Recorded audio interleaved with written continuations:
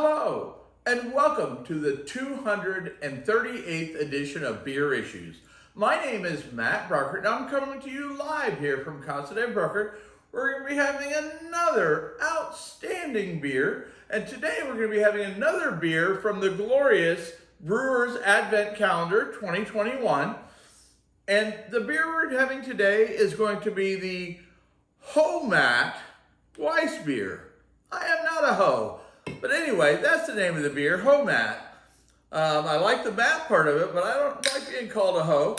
So anyway, let's talk about the beer. It's from Wieninger Brewing out of Germany in Bavaria. It's in the forest. And this is their Weissbier, so it's a wheat beer. So let's go ahead and pour this, and we'll talk about it while we're doing that. Now, this beer is a beer that you can only get in the Advent Calendar or in Germany. You can't get it in the U.S. any other way. It is alcohol by volume is 5.6% alcohol by volume. As you can see, it is definitely an unfiltered wheat, which most all German wheats are unfiltered. You can see that cloudiness in there. That's a beautiful cloudiness.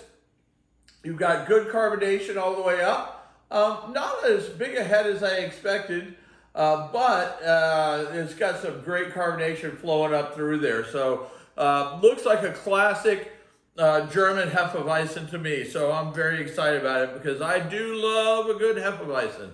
So anyway, ratings on it. We couldn't get a lot of ratings on this beer because obviously it's not been rated that often through the normal rating channels.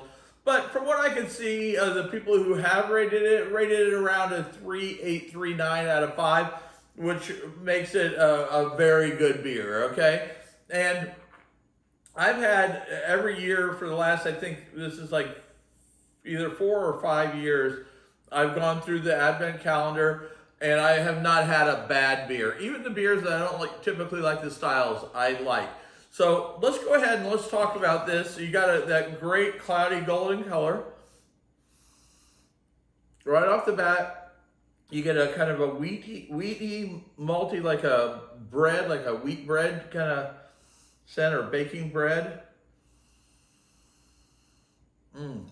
It smells like it's going to be a good one. So let's waste no time. Let's go ahead and dig into this beautiful beer here.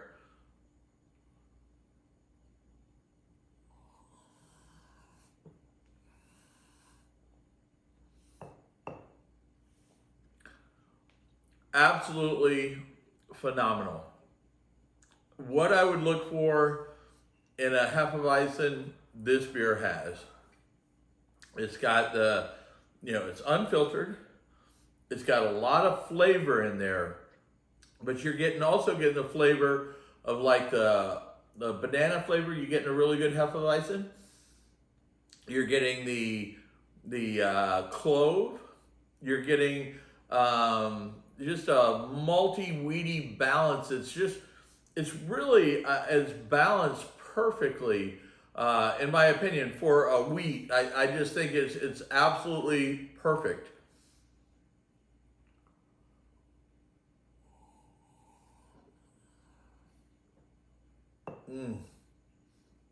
Oh yeah, I'm gonna definitely enjoy this beer. This is a really good one, and I don't think this one was in the pack last year. I think this one's new because I don't remember this. I think I would have remembered this. This is one of the best wheats that I've had, and I've had some good ones out of here. Don't get me wrong; they're all good, but this is like really almost a step above some of the other great wheats that we've had out of here. I'd put this up with one of the best wheats that I've had in a long time, and I drink a lot of good wheats, as you know. But it is just a phenomenal, delicious wheat beer that they created. So I give it a very high rating. I would give it higher than a 3.839. I'd put it in the 4+ category. Maybe a 4.2, somewhere around there. And that's a very high rating. But I think the beer is very deserving of it. and I tried to learn a little bit about this brewery. You know, I know it's kind of hard to learn too much about the breweries because they change hands throughout the year.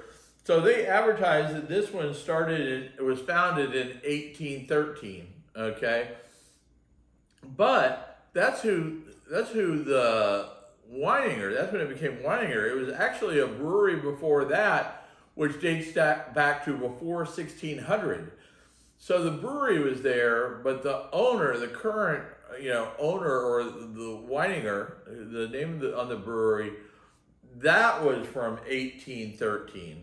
But the brewery was around there was talk of it back in the 1600s. So it's kind of hard to tell as far as the history of I need to do a little bit more research to really find out everything about it.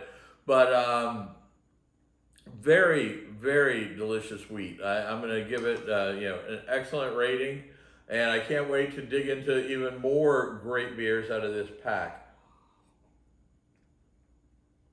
The reason I get this every year is because, first of all, it makes my holiday happy because I get to enjoy a great beer every day leading up to Christmas Day. But the other reason is these are beers that you can't find anywhere. And I just love to try new beers that I've never had. And the beers rotate on this. You don't get the same beers every year. A couple of the ones you do get a couple of the same ones.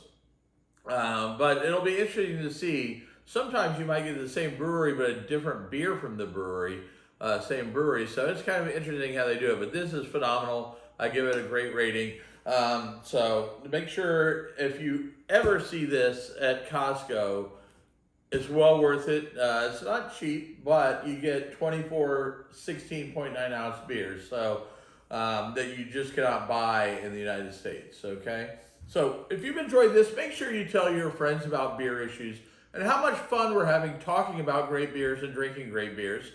If you want any cool Beer Issues gear, like Beer Issues hats, t-shirts, phone cases, you name it, go to shop.beerissues.com. And as my wife likes to say, I have beer issues.